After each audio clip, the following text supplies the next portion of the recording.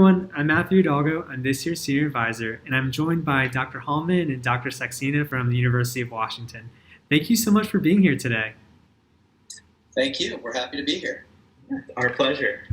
Absolutely. So, our first question is, could you tell us a little bit about yourself and how long you've been a part of the program? Sure. Rajiv, would you like to start out?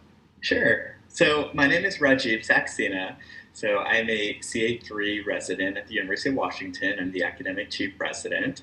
And I grew up in Las Vegas, but despite being in the bright lights and kind of the drama, I did not live in a casino. I had moved out to the East Coast and spent several years in Philadelphia and Boston before coming to Seattle. To the University of Washington. And so I've been here for the past few years. I love it. I love our program, and I'm really excited for the opportunity to speak with you. Yeah, and my name is Matt Hallman. I'm the program director, Residency Core Program Director here at the University of Washington. I've been in this role for about 5 years. This is my 5th year. I've been at the University of Washington for 10 years. I'm a native of Minnesota. I grew up in the Midwest.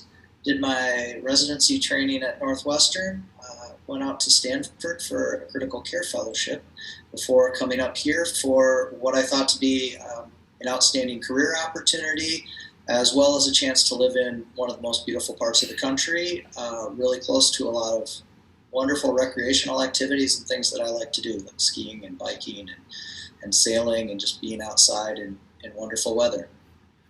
Amazing. It's so great to learn about all of you. Something that we're all going to be wondering is, what do you love most about your program? Sure. Well, I'll go first on this one. I will have to say that it's the people. I think I spend a lot of my time at one of our 2 major clinical sites. We rotate through 4 different hospitals, but we have 2 primary sites, and one of those is a county medical center named Harborview Medical Center. And this is a big county medical center with an academic mission, but it's really truly at its core a hospital that is there to serve the underserved. And there is a esprit de corps that exists amongst the faculty there, where people they really enjoy their work, they enjoy their job, they like the mission, and it just makes it a really fun place to show up every day and get out of bed and know that you're going there to work. So that's my favorite thing, is it's the people that I work with. And I think for me, I have to think a lot of times I feel like my favorite thing has changed over time. And so I'm kind of putting myself back in the shoes when I was evaluating, for a residency program. And that probably still is my favorite thing, which is the city. So when you're evaluating a program, the city has such a huge influence on your life in terms of the types of opportunities, the institutions, just the quality of life and like what your life is like. And I could not be happier with Seattle. And it's very related. University of Washington, the system as a whole, it's very unique. Like the moment you step here, you see all the bridges, all the waterways, and you start to realize, well, there's all these pockets of people that are close by, but all these different neighborhoods and communities. It means that when I'm outside the hospital, whether it's kind of cinema or restaurants or whether it's more like outdoor, going on hikes, there's like a huge range of things. It also translates into the patient mix that we see, because they represent kind of 5 different states, which I'm sure we could talk about more in detail. But I love the urban aspects, the nature aspects, and I feel like the type of people that come to this program, there's such a diversity as a result of the fact that we're not like a one thing type of program. There are so many different opportunities at the University of Washington depending on your interests. Absolutely. It sounds like there's a lot to love. Something that stems off of that is, what's the most unique aspect of your program? Yeah, well, there are a lot of things that are unique, but I think the WWAMI region that we serve has got to be top of the list among those. So WWAMI stands for Washington, Wyoming, Alaska, Montana, and Idaho. It's a 5-state geographic area that accounts for about 25% of the U.S. landmass. And we're the only level 1 trauma center and the only large academic medical center in that entire 5-state area. It's a relationship paradigm that's been in existence since the early 1970s. And it was set up because at that time, the governors of those 5 states recognized that there's a large bit of that area that's not very densely populated, and it just didn't make economic sense for them to run multiple academic medical centers and trauma systems in all of these states. And so at that time, Seattle was chosen as the place where they were going to do this. So as a result of that, not only are we your typical large academic medical center that does all the new cutting-edge, highly complex tertiary referral sorts of cases and procedures, but we're pulling in this very, very diverse group of patients from a largely rural area. So we have both this, we're in one of the top metro areas in the country, and we have that urban population, but we also have this big rural population that comes in. And I think it's an arrangement that doesn't exist anywhere else in the country, and it affords us some unique opportunities here. Mm-hmm.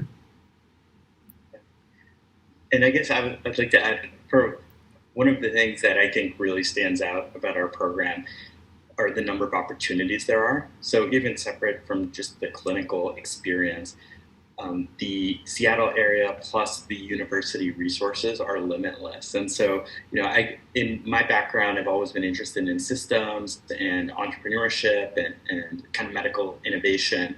And I've just constantly, whether it's that area, data science, or whether it be kind of outcomes research or global health or subspecialty work or simulation, I mean, it's honestly, I'm constantly impressed by the scope and breadth of the resources at the university. And what I also love is that our program doesn't sort of try to funnel you into one of those buckets. Mm-hmm. It really provides you all these opportunities, but really encourages, from our leadership to all the attendings and residents to just be the best version of yourself. And so I feel like the amount of academic resources there are on top of the clinical mix, it's truly, I think, one of a kind. Absolutely. It does sound like a one-of-a-kind program. Dr. Saxena, you actually touched on my next question a little bit, but I feel like you're going to have more to it. What do you love most about the city of Seattle? Yeah. So I'm a little bit different than the typical person, which is when I came to Seattle, my wife does not like hiking. So she is from Dubai and I'm from Las Vegas, and we're both like urbanites who like the bright lights. And we didn't move here initially for that. But I think that, for me, I love coffee, I love restaurant scenes, and there's so much kind of entertainment there. But I also just, the quality of life of the Pacific Northwest is, it's wonderful. And it's something that I think translates to beyond your career.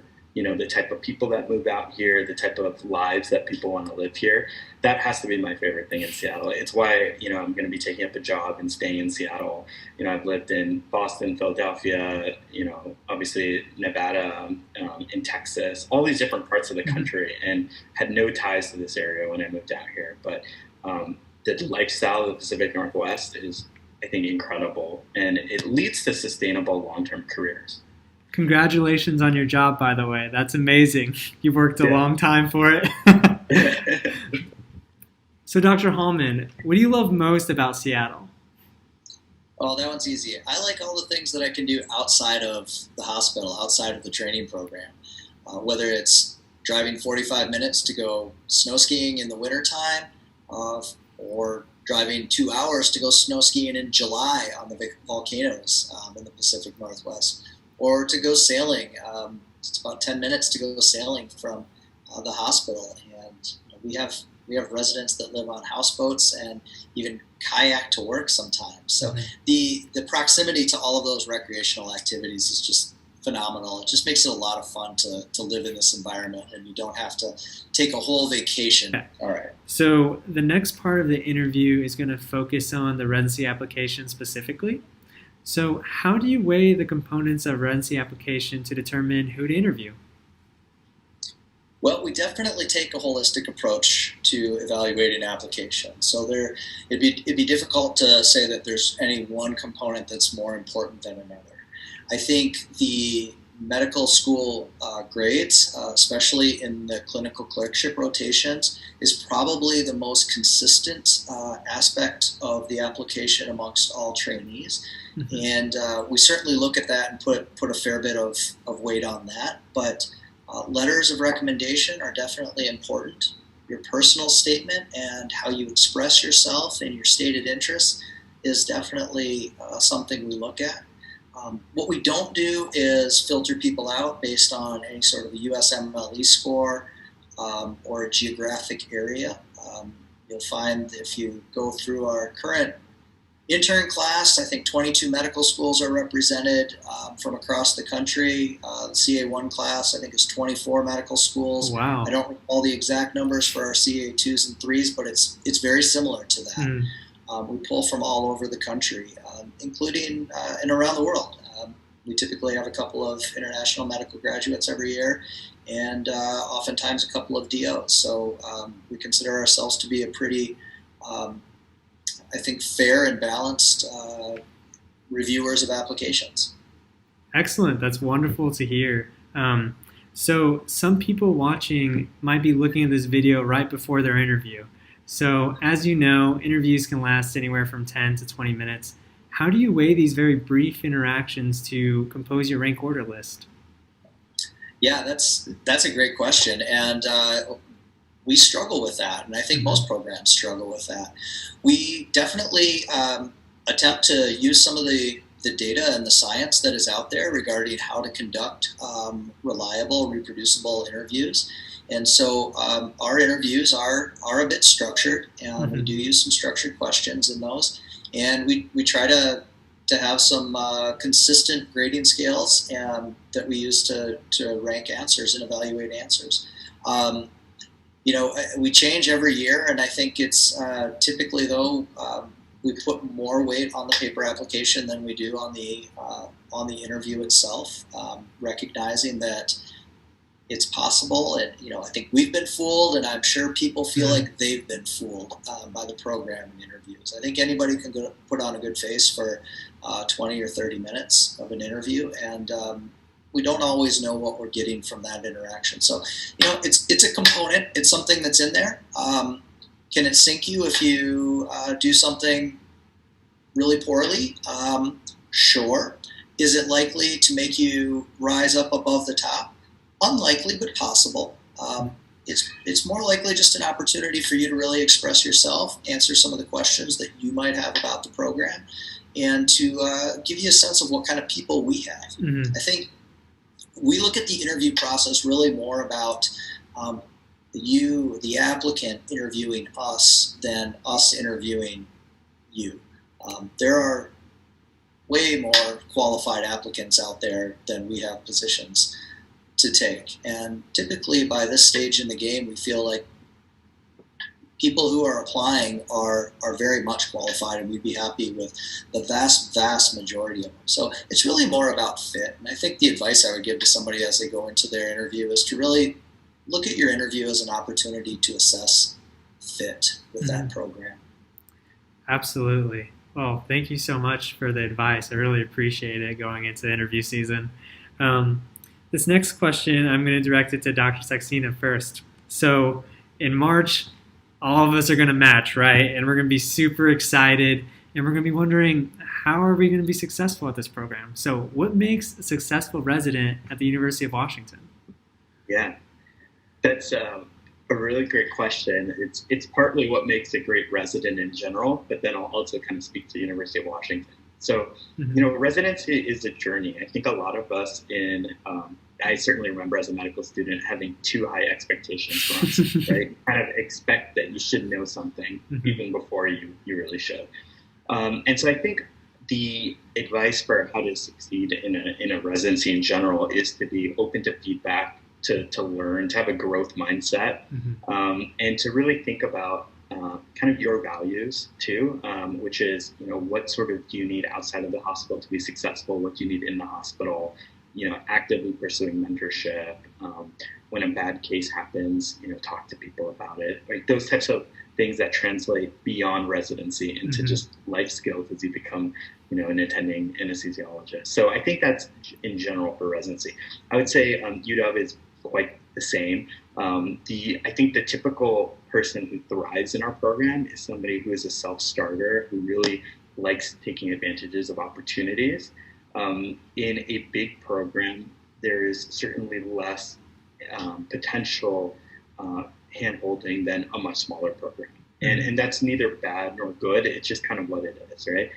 So I think that you can always find mentorship. You can find things, but the opportunities are limitless in our program. And so somebody who comes in who wants to work hard, who wants to learn, who wants to see a wide variety of cases, is willing to grow, I think those are the people that tend to thrive in our program. I will say in any large program, there's always a range, right? In terms of people's interests, lifestyles, what career interests they want to have. So our program, I think, has something for everybody. But people who are eager and motivated, I think, thrive really well in our program. Absolutely. Dr. Hallman, what have you seen from your residents that makes them successful? Yeah, I would echo exactly what Rajiv just mentioned. I think all of those things, self-starters, folks who take initiative, who understand what they want or understand that they don't yet know what they want, but are going to search out opportunities to explore different possibilities and then pursue whatever strikes them. I think those are the folks who do well. It's definitely, like he says, a place full of opportunities, and really there's no limit to what you can achieve. It's just a matter of, do you want to go after it? And I think you need to recognize, like Rajiv also mentioned, that you're not going to have everything on day one, and so it's the people that can take things in stride, are able to continue to work through things. And put in that work day in and day out to slowly get themselves better. I think people can get frustrated if they expect too much of themselves and expect to be into all of the greatest cases on day one and only to do those greatest cases. I think we all want that, but we also need to temper our expectations a little bit and to back up and to remember that this is a 4-year training program, and it takes some time to get to the point where you're going to be ready to graduate. Absolutely. I'm definitely going to heed your advice. I'm going to temper my expectations. Lastly, this last question is mainly for medical students in the first through third years. What advice do you have for them going forward? Yeah, I'm closer, so I'll take the first step to that. I would say first, recognize that your interests may change over time. What I mean by that is your clinical interests may change in terms of like the type of practice environment you want to be in will change. Really what's fundamental is culture and fit. So what Dr. Hallman was alluding to earlier, from the program side, every resident, every attending wants people who want to be in that program and who are going to be good peers, colleagues, in that program. That's what we want on the program side. I think that sometimes as a medical student, maybe it's imposter syndrome or maybe it's a hierarchy. You kind of just want to get into the best program or get into any program. And fit is also incredibly important on that side too. If you're in the right culture, no matter how your interests evolve, you're going to be happy and be the best version of yourself. And I think that it is okay to have your interests evolve. And this is, I spent 3 years as a head and neck surgery resident at UW before going to anesthesia. The medical student version of me would have been surprised by that. But over time and time again, everyone evolves in their careers, and that's okay. Yeah, and I would say my advice kind of goes along with this idea that your interests may well change. And I think there's a lot of pressure. I think we put too much pressure on ourselves and too much pressure on medical students in general to come up with the final selection of what training, what specialty do you want to pursue. And, frankly, you're making those decisions with not a lot of information and not a lot of experience, especially when you start talking about some of these specialties that you don't get a lot of exposure to in a core clerkship. So some of the surgical subspecialties in radiology and anesthesiology and pathology and some of these things, that you might not even have a rotation in that at your medical school. That's okay too. I think my advice is study your butt off during those first 3 years. It's really crucial, no matter what you go into, to be a good doctor and to have a really deep well of knowledge. And I think if you do that, you will set yourself up for success no matter what you go into. And even if you do like Rajiv and you start out doing 3 years of surgery and then decide to shift, you're well prepared for that. So I think don't put pressure on yourselves to make a selection right up front. It's okay if you don't know, but just work hard to make yourself a good physician, and you'll be a good candidate for whatever you decide to do. Perfect. Well, I just want to thank you both for your time on behalf of the ASA MSc. I know everybody watching got a lot out of this, so thank you so much. Matt, thank you very much for hosting this, and thank you to the ASA for giving us this platform and this opportunity. It's been fun. Yeah, and thank you, Matthew. I'd also like to add, we are always happy to speak openly with anybody who's interested in our program. I think if there's one positive or silver lining out of COVID, it's that everyone is more connected digitally than ever before, and we just want to have people who are interested in our program, but also kind of, if they have questions, feel comfortable to ask any of us on the resident or administrative side.